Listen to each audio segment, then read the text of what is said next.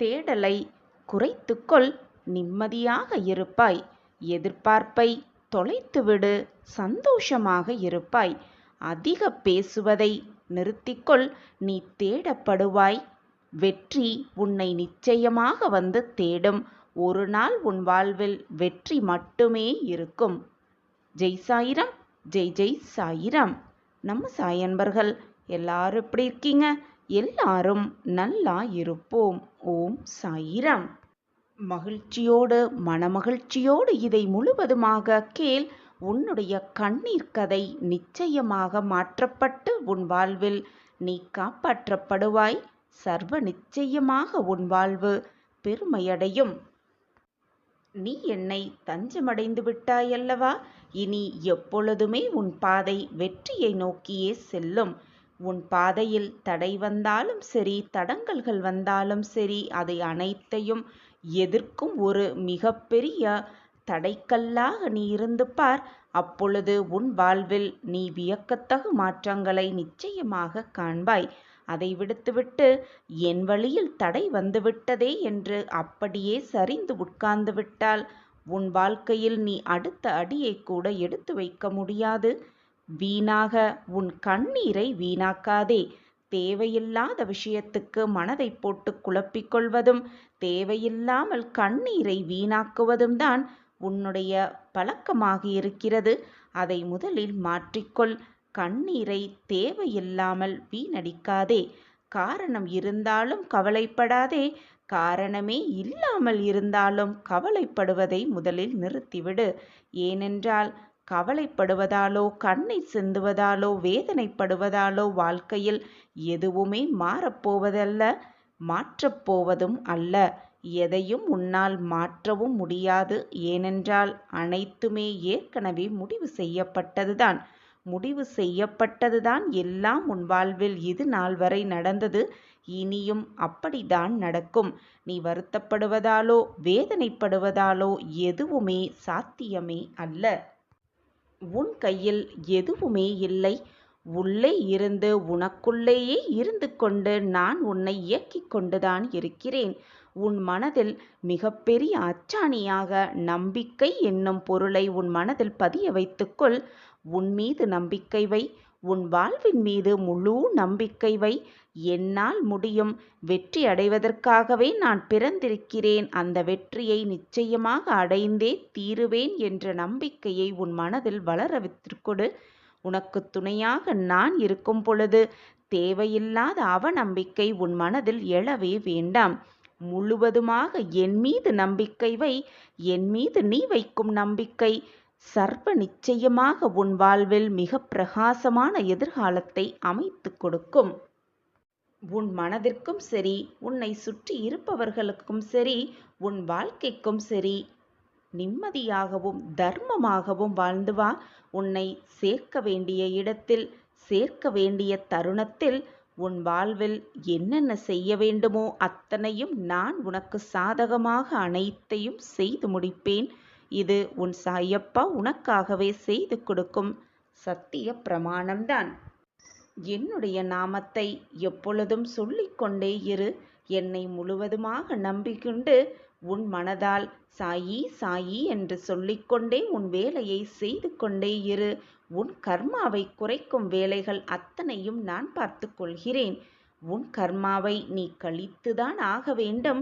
அதை குறைக்கும் வலிமையை நான் பார்த்து கொள்கிறேன். உன்னை நான் எப்பொழுதும் கைவிடவே மாட்டேன். என்னை முழுவதுமாக நம்பு. உன் வாழ்க்கை வளம் பெறும்.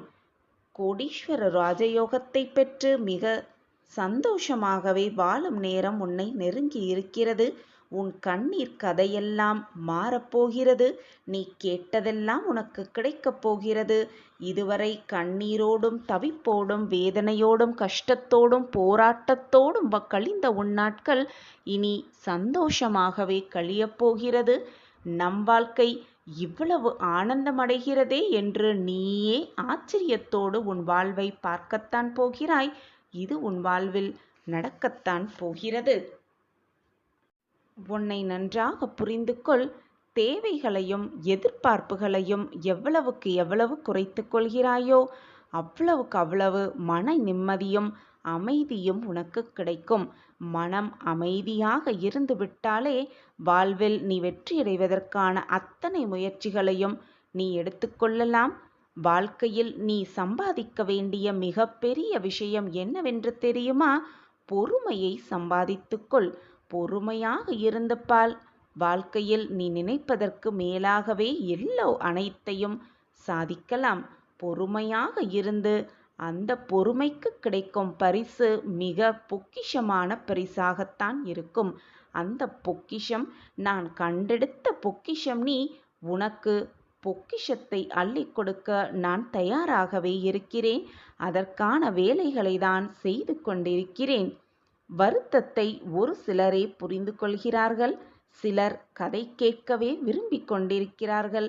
நீ வருத்தத்தை போல் மற்றவர்களிடம் பகிர்ந்து கொள்ளும் பொழுது சில பேர் அதை புரிந்து கொண்டு உன் வருத்தத்தை துடைப்பதற்கான வழியை காண்கிறார்கள். சில பேர் உன் வருத்தத்தையே கதை போல் கேட்டு மகிழ்கின்றனர். பலர் அதையும் கேட்பதே இல்லை. கேட்பதைப் போல் நடித்துவிட்டு பின்னால் உன்னையே குறை கூறுகிறார்கள். எனவே உன்னுடைய வருத்தத்தையும் கவலைகளையும் மற்றவர்களோடு பகிர்வதை முதலில் நிறுத்திவிடு. உனக்குத்தான் நான் இருக்கிறேனே. உன்னுடைய மனவேதனை, உன்னுடைய மனக்குமுறல் அத்தனையும் என்னிடம் வந்து கொட்டிவிடு. உன் கண்ணீர் கதை முழுவதையும் என்னிடம் வந்து கொட்டிவிடு. உன் கண்ணீர் கதையை மகிழ்ச்சியான கதையாக மாற்ற வேண்டிய பொறுப்பை நான் ஏற்றுக்கொள்கிறேன். பிரார்த்தனைகளை விடவும் மிகவும் உயர்ந்தது எது தெரியுமா? பொறுமையாக இருப்பதுதான். எப்பொழுதுமே பொறுமையாக இரு. நம்பிக்கையோடு இரு. தைரியமாக இரு.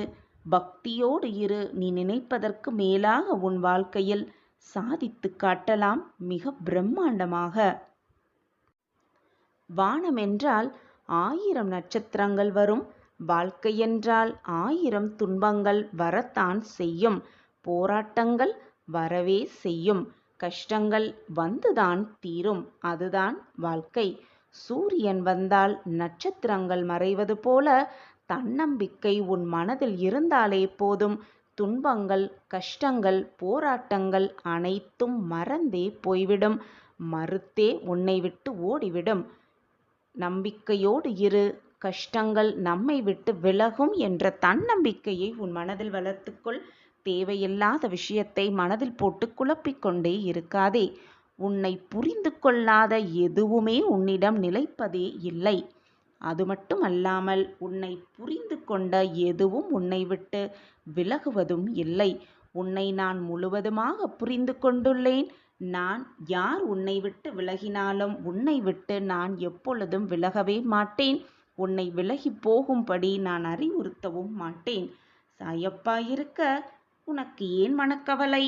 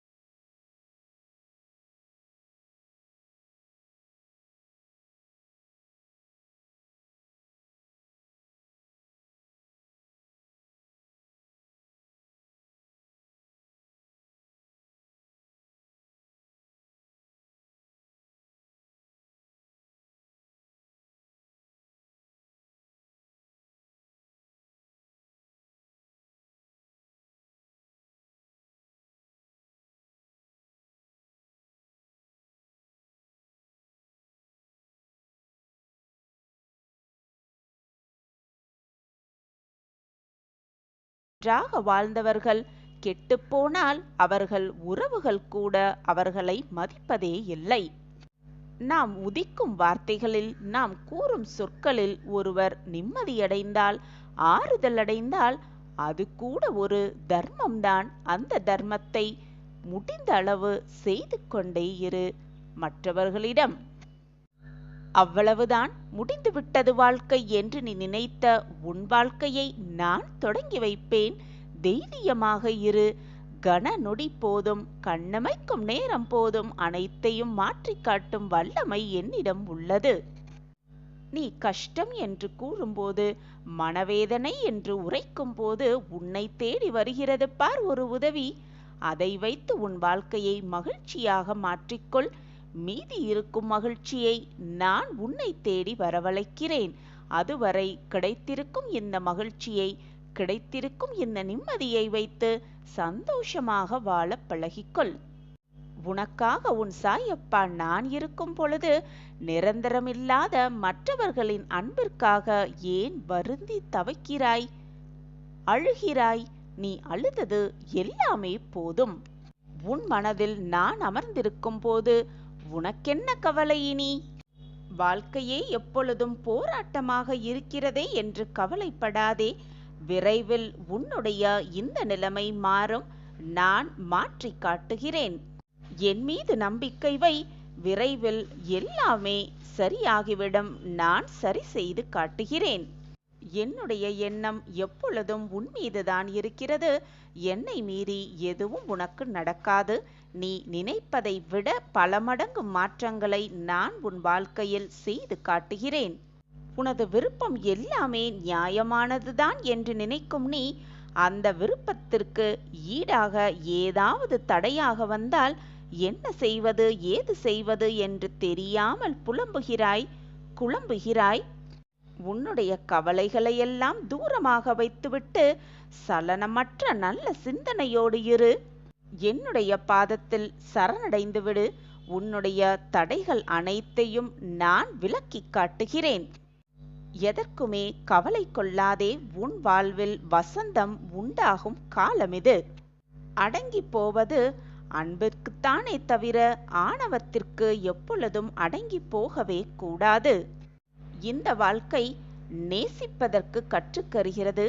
அதைவிட அனுபவம் என்பது வாழ்க்கையில் யாரை நேசிக்க வேண்டும் என்பதை கற்றுத்தருகிறது. உனக்கு வரும் சூழ்நிலைகள் உன்னை யார் நேசிக்கிறார்கள் என்பதை துல்லியமாக கற்றுத்தருகிறது. வாழ்க்கையில் எதுவுமே தற்செயலாக நடப்பதே இல்லை. நீ எடுக்கும் சூழ்நிலைகளுக்கு ஏற்பத்தான் எல்லாமே மாறுகிறது. உன் வாழ்க்கையில் நடக்கிறது. உன் வாழ்க்கையில் முதலில் நீ ஒன்றை கற்றுக்கொள்ள வேண்டியது என்ன தெரியுமா? பயத்தை முதலில் உன் மனதிலிருந்து தூர எறிந்துவிடு. ஒரு மனதில் பயம் இருந்தால் வாழ்க்கையில் எதையுமே சாதிக்கவே முடியாது. அனைத்தையுமே தைரியமாக எதிர்கொள்ள பழகு. உனக்கு துணையாக எப்பொழுதும் உன் சாயி தேவா உன் அருகிலேயே இருந்து கொண்டே இருப்பேன். எல்லாவற்றையும் அனுசரித்து போகும் உறவுகளை ஒருபோதும் காயப்படுத்த எண்ணாதே. மறந்தும் கூட மற்றவர்களின் மனதை காயப்படுத்த நினைத்து கூட பார்க்காதே. உன்னை வீழ்த்துவதற்கு எதிரிகளெல்லாம் தேவையே இல்லை. உன்னுடைய எதிர்மறை எண்ணம் ஒன்றே போதும். மிக சுலபமாக உன்னை வீழ்த்திவிடலாம். கணவன் மனைவி உறவுக்குள் மூன்றாவது நபர் வந்தாலும் தவறு. இவர்கள் கணவன் மனைவி இருவருமே மூன்றாவது நபரை தேடி சென்றாலும் அது மிக மிக தவறுதான். இதை புரிந்து கொண்டவர்கள் வாழ்க்கையில் எப்பொழுதுமே நிம்மதியான பயணத்தை மேற்கொள்ள முடியும். அப்பொழுதுதான் வாழ்வும் நிம்மதியாகவே இருக்கும். நீ எதிர்நோக்கும் எல்லா பிரச்சனைகளையும் மாற்றவே முடியாது, சந்தித்துதான் ஆக வேண்டும். ஆனால் உன்னுடைய எதிர்பார்ப்புகளை குறைத்து கொண்டால் ஏமாற்றங்களை மிக சுலபமாக தவிர்த்து விடலாம், தடுத்தும் விடலாம். உன்னுடைய பக்தி அளவில்லாத போது நான் தரும் சக்தியும் அளவில்லாததாகத்தான் இருக்கும். அதை புரிந்து கொண்டு செயல்படு. சில சூழ்நிலைகளை கடந்து செல்ல உடல் வலிமையை விட மனம் வலிமைதான் அதிகமாக தேவைப்படுகிறது. அது இப்பொழுது உனக்கு மிக அதிகமாகவே தேவைப்படுகிறது. வாழ்க்கையில் நீ முக்கியமாக கற்க வேண்டியது என்ன தெரியுமா?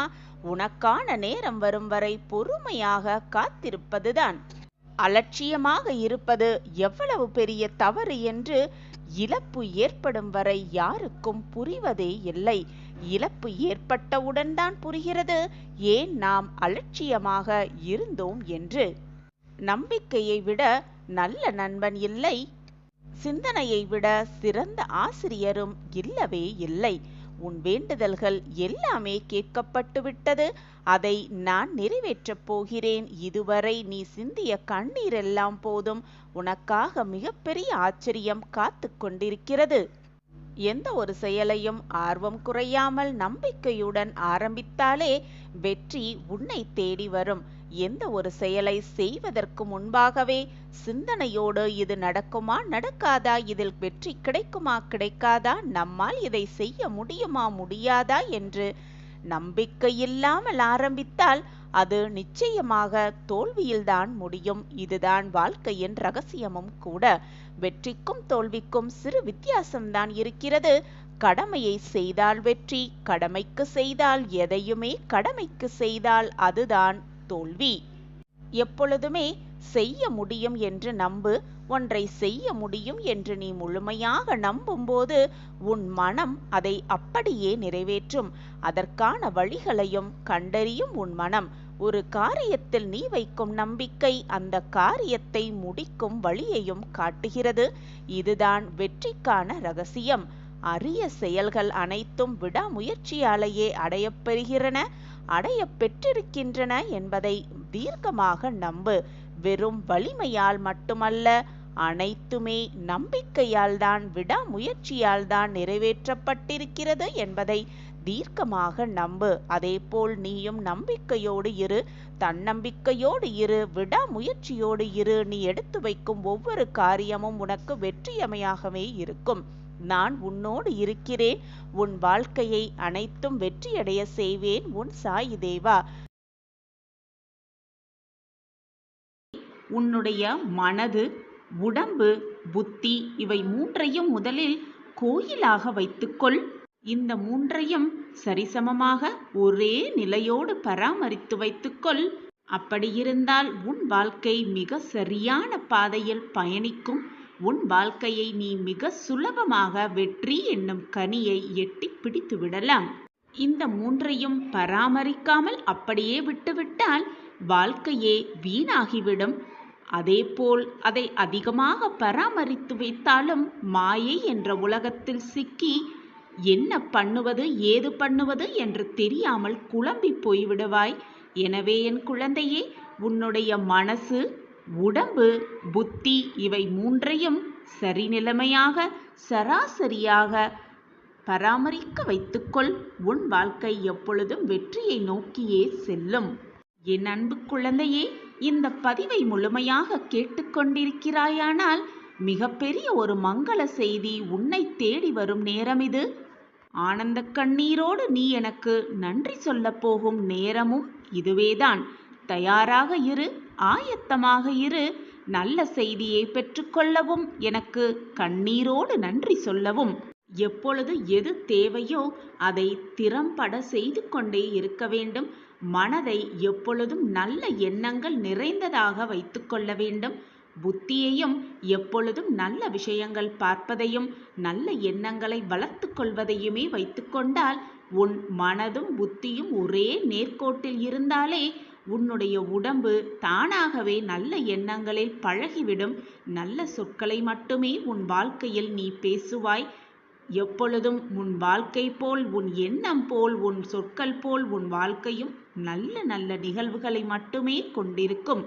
நேர்மறை எண்ணங்களுக்கு அங்கு இடமே இருக்காது. இதை மூன்றையும் சரிசமமாக வைத்துக்கொண்டு உன் சாயப்பாவை நீ நெருங்கும் பொழுது அதற்கான பலன் மிக ரெட்டிப்பாகவே இருக்கும். உன் சாயப்பாவின் பிரகாசம் உன் கண்களுக்கு தெரிகிறதா? என்னை இறுக்கமாக பற்றிக்கொள். என் காலடியில் வந்து சரணடைந்து விடு. உனக்கு தேவையான அனைத்தையும் நான் செய்து கொடுப்பேன். உனக்கான இலக்கை நான் அடைய வைப்பேன், வழிகாட்டுவேன். குழந்தையே, நான் எப்பொழுதும் உனக்கு பயிற்சியை கொடுத்து கொண்டுதான் இருப்பேன், சோதனைகளை கொடுத்து கொண்டுதான் இருப்பேன். பயிற்சியிலும் சோதனையிலும் நீ வெற்றி என்ற சொல்லை மட்டும்தான் சொல்லிக் கொண்டிருக்க வேண்டும். வெற்றி என்னும் சொல்லை தான் நீ அடைந்தே காட்ட வேண்டும். உன் எதிர்கால வாழ்க்கையை பிரகாசமாக்க, உன் வாழ்க்கையில் நீ வெற்றியடைய பல இக்கட்டான சோதனைகளையும் பயிற்சிகளையும் நீ எதிர்கொள்ளத்தான் வேண்டும். மூழ்கும் அளவிற்கு பல பிரச்சனைகளும் சோதனைகளும் உன்னை சூழ்ந்து கொண்டுதான் இருக்கும். ஆனால் பயந்து விடாதே. சோதனைகளிலும் பயிற்சிகளிலும் நீ மூழ்கி விடமாட்டாய். உன்னை மூழ்கவும் உன் சாயப்பா விடமாட்டேன். நீ எந்த இடத்தில் இருந்தாலும் என்ன செய்து கொண்டிருந்தாலும் உன் கையை நான் பிடித்து கொண்டுதான் இருக்கிறேன். என்னை மீறி எதுவும் தவறாக நிகழாது குழந்தையே. உன் சோதனைகளிலும் உன்னுடைய பயிற்சிகளிலும் நீ மூழ்கி விடமாட்டாய். நான் உன்னை பார்த்து கொண்டுதான் இருக்கிறேன். என் பார்வை உன் மீதுதான் இருக்கிறது என் பிள்ளையே. என்னுடைய பரிபூர்ணமான அருளும் அன்பும் ஆசிர்வாதமும் எப்பொழுதும் உனக்கு உண்டு என் பிள்ளையே. உன் அப்பாவாக உன் அம்மாவாக என்றுமே என்னுடைய இதயத்தின் கருவறையில் நான் உன்னை சுமந்து காத்து கொண்டே இருப்பேன். எதற்குமே மனமுடைந்து போக வேண்டாம். ஒரு கஷ்டமான சூழ்நிலையை சந்திக்கும் பொழுது மனமுடைந்து போகாதே.